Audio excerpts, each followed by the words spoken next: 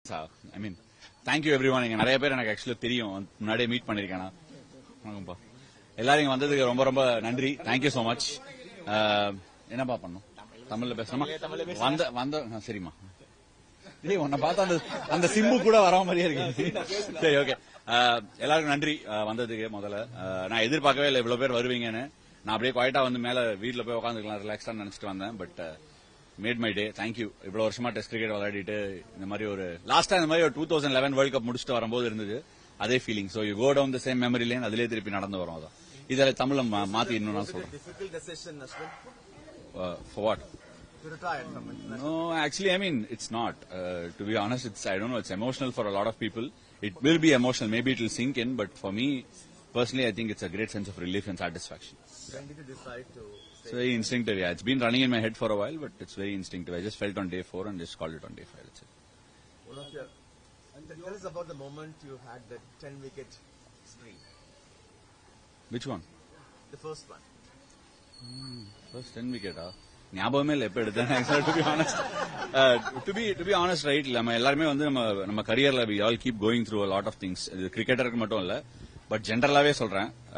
எனக்கு வந்து ஒரு லாஸ்ட் 2 இயர்ஸாவே வந்து நான் என்னெல்லாம் பண்ணிருக்கேன், நைட்டு தூங்க போதெல்லாம் விக்கெட் விழுந்தது, ரன் அடிச்சதெல்லாம் ஞாபகம் வரும். பட் அதெல்லாம் வரதே இல்லை ஒரு 2 இயர்ஸா.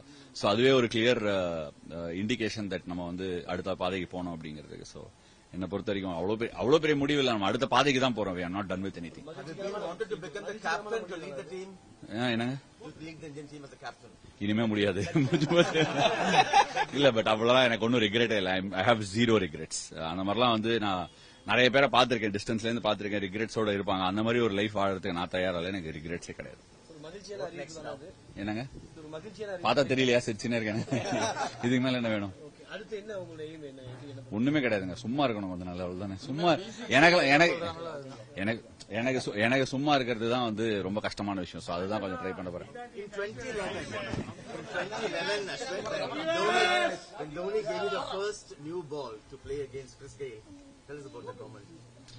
I think that part of me is still burning bright.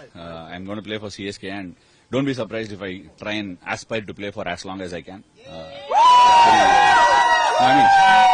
I don't think Ashwin the cricketer is done. I think Ashwin the Indian cricketer has probably called it time. That's it.